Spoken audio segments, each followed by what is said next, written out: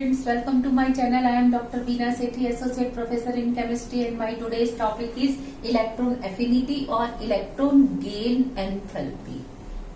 What do you mean by electron affinity or electron gain enthalpy? What are the factors and periodic trend and exceptional behavior in periodic table? ये कुछ topics जो electron affinity से related है. Today we are going to discuss these things. सबसे पहले हम इसके अंदर हम पढ़ेंगे इलेक्ट्रॉन एफिनिटी की define. What is the define of electron affinity? Energy change. मैंने यहाँ ना तो बोला कि एनर्जी जो रिलीज हुई, ना मैंने बोला जो हमने एनर्जी को रिलीज किया, ना एक्सेप्ट किया.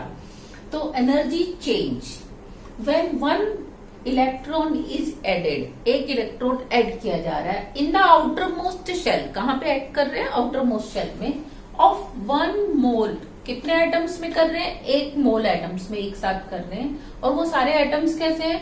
Isolated gaseous neutral atoms in ground state. Isolated भी है, न्यूट्रल भी है, गैसियस भी है और ग्राउंड स्टेट में भी है.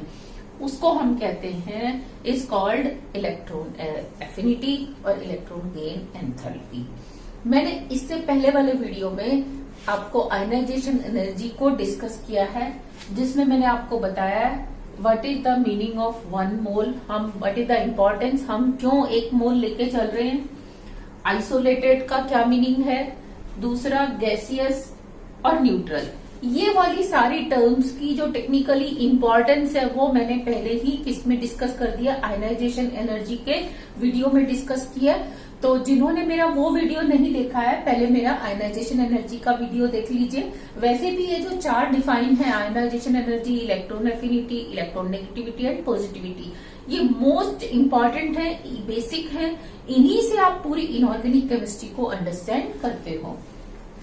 तो अब मैं इसकी ब्रीफली एक एक टर्म को डिस्कस करने वाली हूं कि आपने एक एटम लिया. ये एक एटम था, इसका ये न्यूक्लियस था और ये न्यूक्लियस के बाहर बहुत सारे शेल्स थे. इन शेल्स में ये वाला शेल क्या है? आउटर मोस्ट शेल है. इसमें मैं एक इलेक्ट्रॉन बाहर से लाकर ऐड कर रही हूं. तो क्या होने वाला है? ये जो पॉजिटिवली चार्ज न्यूक्लियस है, ये इसको माइनस वाले इलेक्ट्रॉन को अट्रैक्ट करेगा. और केमिस्ट्री में जहां जहां अट्रैक्शन होगा वहां वहां एनर्जी रिलीज होगी. तो जब ये इलेक्ट्रॉन यहां आके इसके चारों तरफ चक्कर कर लगाने लग जाएगा, तो क्या होगा? इसके बीच में जो अट्रैक्शन होगा उससे एक एनर्जी बाहर निकलती है, जिसको हम कहते हैं इलेक्ट्रॉन एफिनिटी और electron gain enthalpy. Actually affinity तो क्या है, उसकी वो टर्म है जिसको हम एक्सप्लेन कर रहे हैं, और जो एनर्जी रिलीज हो रही है उसको हम इलेक्ट्रॉन गेन एंथैल्पी कहते हैं. अब क्या है कि यहाँ आपने आउटर मोस्ट शेल में ही इलेक्ट्रॉन को ऐड करना है, इसके अंदर या और बाहर नहीं करना. यहाँ करोगे तभी उसका नाम क्या है? इलेक्ट्रॉन गेन एंथैल्पी है. नेक्स्ट, ये कभी भी पॉसिबल नहीं है कि आपने एक वेसल में क्लोरीन ले रखी है आधा मोल, उसको आपने डिसोसिएशन एनर्जी देके उसको 1 मोल क्लोरीन एटम में कन्वर्ट कर दिया और अब उसमें से केवल और केवल एक एटम उठाया. ये मैंने एक एटम पकड़ लिया, उसमें मैंने थर्मामीटर लगा दिया और अब मैं उसको गर्म करके देख रही हूँ कि, या उसका टेम्परेचर, उसकी सराउंडिंग का नोट कर रही हूँ कि एक इलेक्ट्रॉन ऐड किया, कितनी एनर्जी निकली उसको मैं नाप लूं, कितना टेम्परेचर बढ़ेगा उसको मैं नाप लूं. No, it is not possible. तो हमें यहाँ पे क्या करना पड़ता है? एक एटम नहीं लेना पड़ता, हमें क्या लेके चलना पड़ता है? 1 मोल. तो इसीलिए मैंने यहाँ लिखा है 1 मोल. और ये सारे एटम कैसे होने चाहिए? आइसोलेटेड. ऐसा नहीं कि आपने क्लोरीन के बॉन्ड को ब्रेक करके पहले Cl बनाया, ऑक्सीजन को ब्रेक करके ऑक्सीजन बनाया. तो यहाँ तो आपको ज्यादा एनर्जी देनी पड़ेगी, यहाँ आपको कम देनी पड़ेगी. तो हमें इस एनर्जी से कोई मतलब नहीं है. पहले सारे एटम्स कैसे होने चाहिए? आइसोलेटेड होने चाहिए. एटम का एटम से कोई बॉन्ड नहीं होना चाहिए. तो इसको हम बोलते हैं आइसोलेटेड स्टेट में हो, गैसियस स्टेट में हो. मीन्स की जैसे ब्रोमीन है, ब्रोमीन क्या होता है, पहले लिक्विड होती है, आपने इसको गर्म किया, ब्रोमीन क्या बनी, गैस बनी, गैस को फिर आपने डिसोसिएशन एनर्जी दी, फिर ब्रोमीन और ब्रोमीन एटम अलग अलग हुए। तो हमें यहाँ तक लाने के लिए जो एनर्जी दी गई, हमें इससे कोई मतलब नहीं होता। हमें किससे मतलब होता है कि जब वो गैसियस स्टेट में आ गए। आप इसको ऐसे समझ सकते हो कि आपके पास खूब सारे एटम्स एलिमेंट्स हैं, किसी को तो आपको सॉलिड से पहले लिक्विड, लिक्विड से फिर आपको किस में लाना पड़ता है, गैस में, कोई पहले डबल बॉन्ड में है, फिर इसको आप ब्रेक करके फिर गैस में लाते हो। तो यहां से यहां तक कोई किसी भी स्टेट में है, सॉलिड में है, लिक्विड में है, गैस में है, उससे हमें कोई मतलब नहीं है। यहाँ पर लाने के बाद अब जब सारे के सारे गैसियस हैं, सारे के सारे आइसोलेटेड है, सारे के सारे न्यूट्रल है। न्यूट्रल मीन्स कि ना तो उसमें से इलेक्ट्रॉन पहले निकला है, ना आपने उसमें ऐड किया है, उसके ऊपर कोई चार्ज नहीं है। अब आप उसके आउटर मोस्ट शेल में एक इलेक्ट्रॉन ऐड करोगे तो जो एनर्जी बाहर रिलीज होगी that is called electron gain enthalpy. और ये एटम कौन सी स्टेट में होना चाहिए, ग्राउंड स्टेट में होना चाहिए। ऐसा नहीं कि पहले से ही इसका कोई इलेक्ट्रॉन जो है एक्साइटेड स्टेट में हो, हमें उससे मतलब नहीं होता। हमें पहले उसको किस में लेके आना है, ग्राउंड स्टेट में लेके आना है। अब जो एनर्जी निकलेगी, तो ये सारी टर्म्स मैंने और ज्यादा अच्छे ढंग से एक्सप्लेन की थी अपने पिछले वीडियो में, तो आप उसको ध्यान से देख सकते हैं। तो यहाँ आते हैं, अब इसकी ये डिफाइन पूरी क्लियर हो गई कि हमने एक मोल एटम लिए, आइसोलेटेड, न्यूट्रल, गैसियस, और उसमें एक इलेक्ट्रॉन ऐड किया तो जो एनर्जी रिलीज हुई। तो एक तरह से आयोनाइजेशन एनर्जी का रिवर्स नहीं लग रहा आपको देखने में कि भैया उसमें हम क्या करते थे, एनर्जी सप्लाई करते थे, इलेक्ट्रॉन बाहर ले जाते थे। यहाँ हम क्या कर रहे हैं, इलेक्ट्रॉन सप्लाई कर रहे हैं, एनर्जी बाहर निकल रही है, तो इसको हम क्या कह रहे हैं, इलेक्ट्रॉन गेन एंथैल्पी। तो क्या हमेशा ही एनर्जी रिलीज होती है, नहीं, ये अभी हम देखेंगे कि हर जगह एनर्जी रिलीज नहीं होती। कहीं कहीं हमें एनर्जी, जैसे इलेक्ट्रॉन दिया, एनर्जी भी सप्लाई करनी पड़ती है। तो वो क्यों देनी पड़ती है, वो क्यों बनता है, ये सब हम अभी एक एक करके देखेंगे। पहले हम देखते हैं इसके फैक्टर्स। फैक्टर्स में जो सबसे पहला फैक्टर है, इसको कौन कौन से फैक्टर्स अफेक्ट करते हैं, उसमें first factor is electron gain enthalpy. Electron affinity is proportional to size, 1/साइज, यानी कि इनवर्सली प्रोपोर्शनल है। ये छोटा आइटम है, ये बड़ा है, ये और बड़ा है। आप इसमें एक इलेक्ट्रॉन ऐड कर रहे हो, आप इसमें एक ऐड कर रहे हो, एक आप इसमें ऐड कर रहे हो, किसको ज्यादा न्यूक्लियस का अट्रैक्शन मिलने वाला है, जो यहाँ पे चक्कर लगाएगा, जो यहाँ लगाएगा उसको कम मिलेगा। तो साइज बड़ा होने पे इलेक्ट्रॉन गेन एंथैल्पी क्या होगी, कम, क्योंकि इसको अट्रैक्शन कम मिलेगा, तो एनर्जी भी बाहर कम रिलीज होने वाली है। नेक्स्ट फैक्टर है इसका पॉजिटिव चार्ज, यानी कि एक आप सोडियम में इलेक्ट्रॉन ऐड करो, एक सोडियम प्लस में करो। सोडियम में इलेक्ट्रॉन ऐड करोगे तो वो Na- बनेगा, इसमें ऐड करोगे तो Na बनेगा। तो प्लस जो है वो इस इलेक्ट्रॉन को ज्यादा अट्रैक्ट करेगा, तो इसीलिए पॉजिटिव चार्ज अगर पहले से है तो वो क्या होता है, उसको हेल्प करता है। लेकिन अगर नेगेटिव चार्ज है तो नहीं होता। कैसे, ये ध्यान दो, यहाँ समझाना ये आसान था, लेकिन आपने लिया ऑक्सीजन, ऑक्सीजन में एक इलेक्ट्रॉन ऐड किया, ये बन गया O-1, पहला इलेक्ट्रॉन। अब आपने दूसरा ऐड किया, ये बन गया O-2। तो यहाँ पे क्या था, एक एनर्जी बाहर रिलीज हो रही थी, जिसको हम कह रहे थे इलेक्ट्रॉन गेन एंथैल्पी। तो यहाँ पे भी क्या, एक इलेक्ट्रॉन गेन एंथैल्पी 2 के बराबर रिलीज होगी क्या, नहीं, यहाँ रिलीज नहीं होती। आपको इलेक्ट्रॉन के साथ साथ एनर्जी भी सप्लाई करनी पड़ती है, and this is the only reason कि O-1 इज नेवर स्टेबल। कभी भी O-1 स्टेबल नहीं होता, वो अलग से आपको गैसियस स्टेट में कभी भी नहीं मिलता। वाई, इसके ऊपर क्वेश्चन पूछते हैं, क्योंकि इसमें आपने एक इलेक्ट्रॉन ऐड किया, एनर्जी बाहर रिलीज हुई है, फिर भी ये नहीं मिलता। क्यों, क्योंकि अब ये केवल और केवल एक सोडियम प्लस से रिएक्शन कर सकता है, कोई से भी कैटायन से। तो जब आप O-1 की Na+ से रिएक्शन कराओगे और NaO बनाओगे, तो जो लैटिस एनर्जी निकलेगी वो बहुत बहुत बहुत कम होगी, वो इसको स्टेबिलिटी नहीं देती, इसीलिए ये नहीं बनता। लेकिन अब आपने क्या किया, यहाँ पे -1 की जगह क्या बना दिया, -2।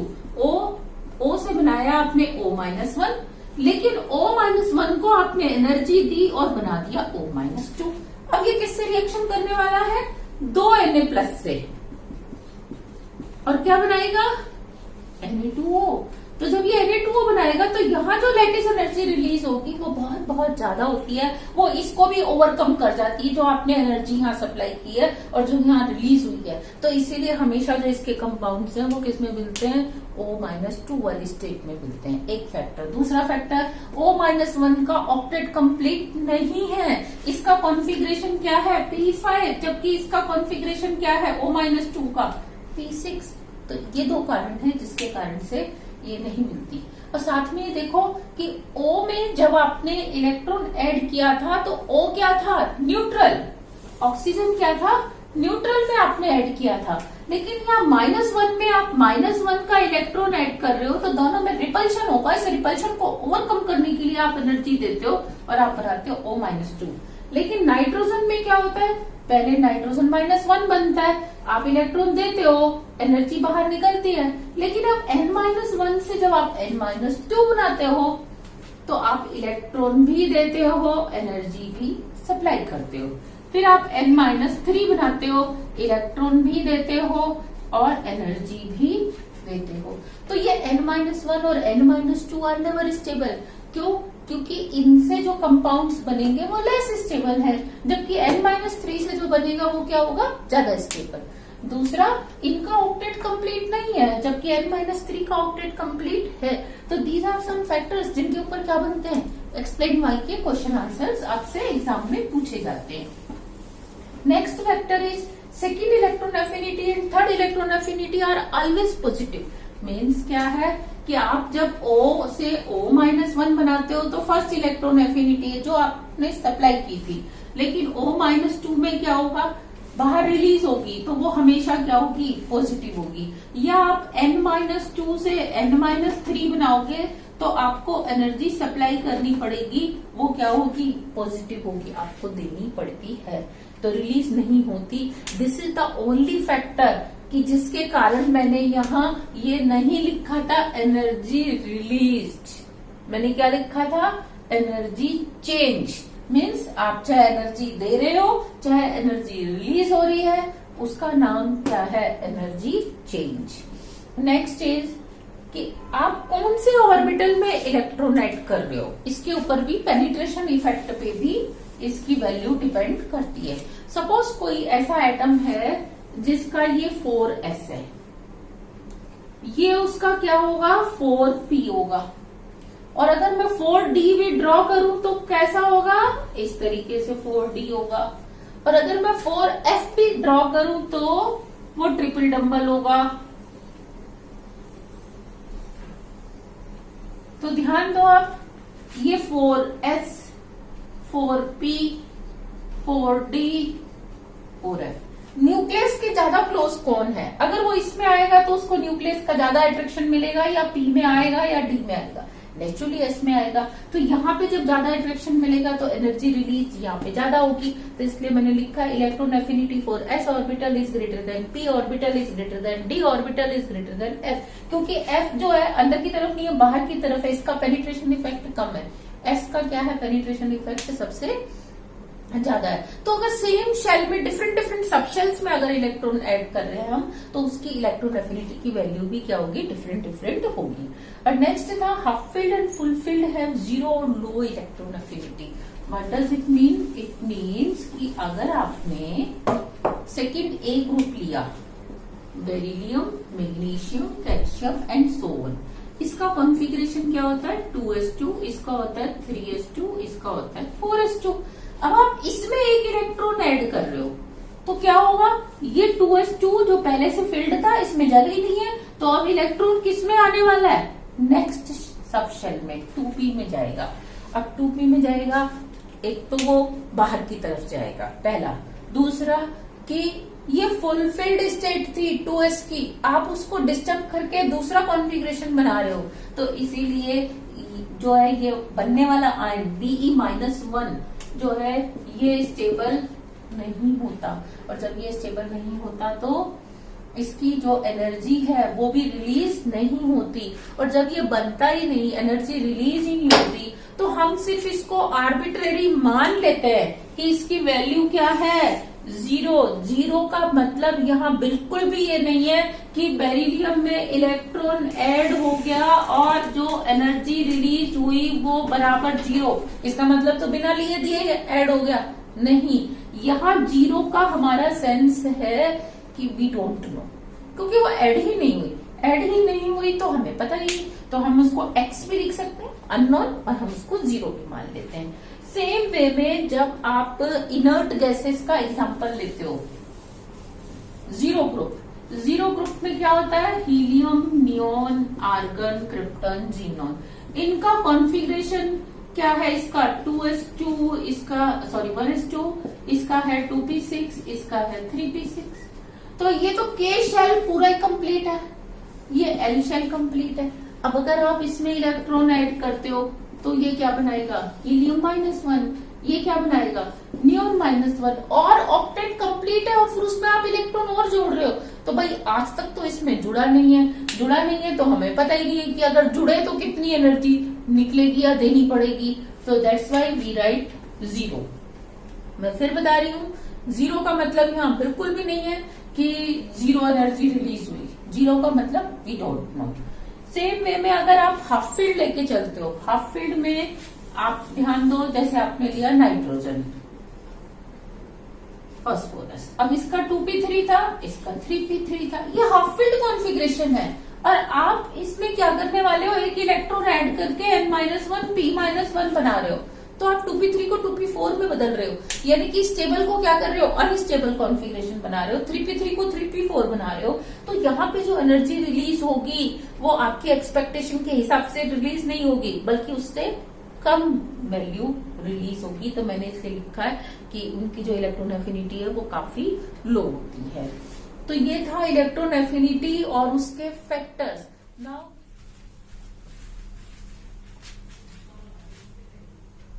yes, periodicity of electron affinity in a group and in a period।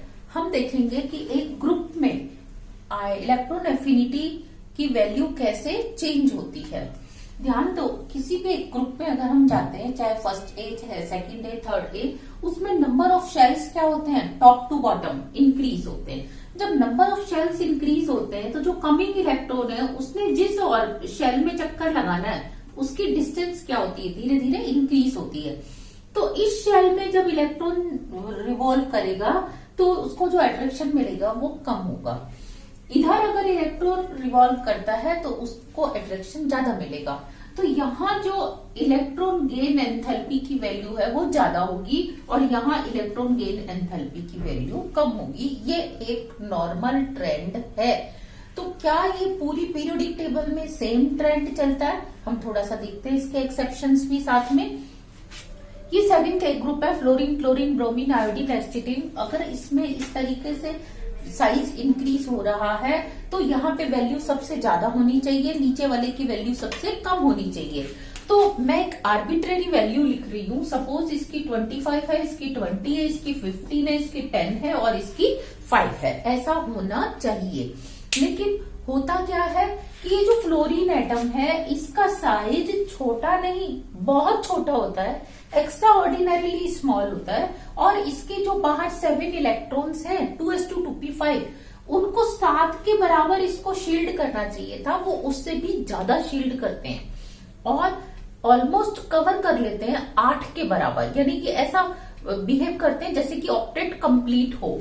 तो ये जो कमिंग इलेक्ट्रॉन है उसको न्यूक्लियस का अट्रैक्शन कम और इन 7 इलेक्ट्रॉन्स का रिपल्शन क्या मिलता है, ज्यादा मिलता है। तो यहाँ जितनी एनर्जी रिलीज होनी चाहिए थी उतनी नहीं होती और उससे कुछ कम वैल्यू रिलीज होती है, यानी कि 17।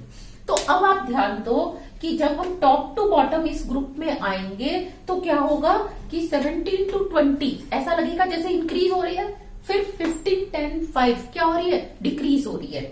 तो इस तरीके से हमने जैसे इस ग्रुप में देखा कि जो वैल्यूज आनी चाहिए थी वो कुछ इस तरीके से होनी चाहिए थी।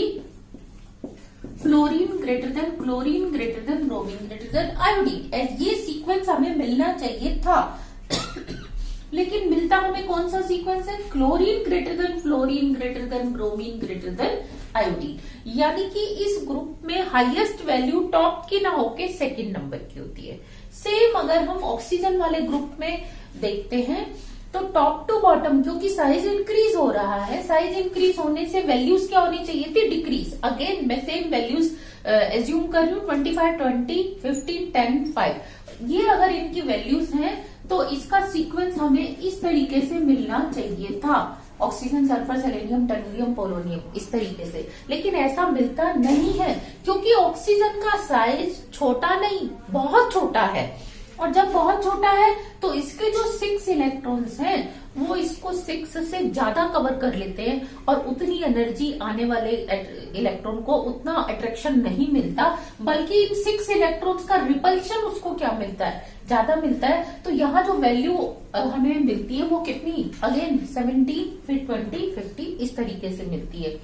अगर हम 5th ए ग्रुप में देखें तो हमें इसका, जैसे इसमें ये वैल्यू चेंज हो गई, सल्फर के बाद oxygen, selenium, tellurium, polonium.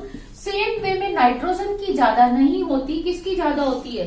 Phosphorus, phosphorus के बाद होती है नाइट्रोजन, नाइट्रोजन के बाद आर्सेनिक, एंटीमनी एंड बिस्मिथ। तो अब आप ये देखो, सेकेंड पीरियड से थर्ड पीरियड आपको कैसा लग रहा है कि वैल्यूज क्या हो रही है? इंक्रीज, और यहां से यहां, यहां से यहां, यहां से यहां कैसी हो रही है? डिक्रीज। तो ये एक एबनॉर्मल ट्रेंड है, इसके ऊपर क्वेश्चन पूछा जाता है। सेम वे में अगर हम पीरियड में देखें तो पीरियड में नॉर्मल ट्रेंड क्या है और उसके एक्सेप्शंस क्या है? देखिए कि ये एक आपने सेकेंड पीरियड लिखा, सेकेंड पीरियड में lithium, beryllium, boron, carbon, nitrogen, oxygen, fluorine and neon, आपने ये लिया। और थर्ड पीरियड में आपने लिया sodium, magnesium, aluminium, silicon, phosphorus, sulphur, chlorine and argon. तो लेफ्ट टू राइट जब आप मूव करते हो तो number of shells remain same, लेकिन साइज जो है वो क्या होता जाता है? डिक्रीज होता जाता है। जैसे जैसे साइज डिक्रीज हो रहा है तो जो कमिंग इलेक्ट्रॉन है उसको न्यूक्लियस का अट्रैक्शन क्या मिलेगा? ज्यादा। जब यहां मूव करेगा तो इतनी डिस्टेंस पे और यहां मूव करेगा तो कम डिस्टेंस पे। तो जब उसको अट्रैक्शन ज्यादा मिलता है तो लेफ्ट टू राइट वैल्यूज क्या होनी चाहिए? इंक्रीज होनी चाहिए। तो अगेन मैं कुछ आर्बिट्रेरी वैल्यूज लिख रही हूँ, 5, 10, 15, 20, 25 और ये 30, 35 ऐसा होना चाहिए। लेकिन यहाँ पे हम क्या देखते हैं? 10 में बेरिलियम में कॉन्फ़िगरेशन होता है 2s2, फिल्ड, फुलफिल्ड है। तो यहाँ पे और इलेक्ट्रॉन को नेक्स्ट शेल में जाना पड़ेगा, सब शेल में, तो वहां उसको उतना अट्रैक्शन नहीं मिलने वाला, रादर वो स्टेबल कॉन्फ़िगरेशन को अनस्टेबल कॉन्फ़िगरेशन बना रहा है। तो यहाँ आपको 10 के बराबर एनर्जी रिलीज नहीं होती, बल्कि आपको एनर्जी रिलीज होती है कितनी? 3। तो आप देखो आपको क्या लगेगा? यहां से यहां डिक्रीज और यहां से यहां इंक्रीज, और वो भी बहुत ज्यादा इंक्रीज। सेम वे में जब आप नाइट्रोजन की बात करते हो तो नाइट्रोजन का कॉन्फ़िगरेशन क्या होता है? 2p3। तो अब यहाँ पे आप एक इलेक्ट्रॉन ऐड करोगे इसमें, तो ये क्या बनने वाला है? 2p4, यानी कि हाफ फील्ड से अनस्टेबल बनेगा। तो यहाँ पे 25 के बराबर एनर्जी रिलीज नहीं होती, यहाँ पे एनर्जी रिलीज होती है 17 या 18 के बराबर। ये सारी मेरी आर्बिट्रेरी वैल्यूज है, जस्ट टू एक्सप्लेन यू। तो 20 से 17 कैसा लग रहा है कि साइज तो डिक्रीज हो रहा है और इसकी वैल्यू भी डिक्रीज हो रही है, जबकि ऐसा नहीं है। और यहां से यहां एकदम से ज्यादा इंक्रीज। तो आपने देखा सेकंड ग्रुप जो है ये एक्सेप्शनल बिहेवियर कर रहा है। ऐसे ही जो 5th ग्रुप है, अगर हम इसमें और नीचे जाएं, मैग्नीशियम के पास जाएं, तो उसका कॉन्फ़िगरेशन क्या होता है? 3s2, और फास्फोरस का क्या होता है? 3p3। तो ये दोनों भी क्या होते हैं? एक्सेप्शन होते हैं कि इनकी उतनी वैल्यू नहीं होती इलेक्ट्रॉन गेन एंथैल्पी की जितनी होनी चाहिए थी, उससे वो कुछ कम होती है। तो हम इसको इन जनरल ये कह सकते हैं कि सेकेंड ए ग्रुप और 5th ए ग्रुप, इस ग्रुप की होती है 0 और इस ग्रुप की होती है लो। यानी कि इसकी तो 0 इसलिए है क्योंकि वो उसमें ऐड ही नहीं हो रहा और वो इलेक्ट्रॉन नेक्स्ट वाले में जा रहा है, जबकि इसमें क्या है? सेम शेल में आता है 2p3 से 2p4, सेम सब शेल में भी आ रहा है, पर वो कॉन्फ़िगरेशन को अनस्टेबल बना रहा है, इसलिए इसकी वैल्यू क्या होती है, काफी कम होती है।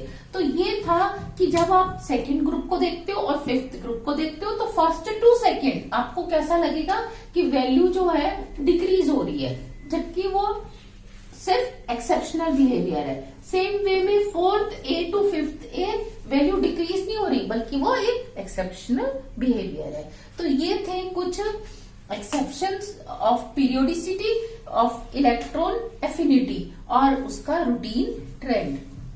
नेक्स्ट वीडियो में हम देखने वाले हैं electron negativity and electron positivity. Thank you.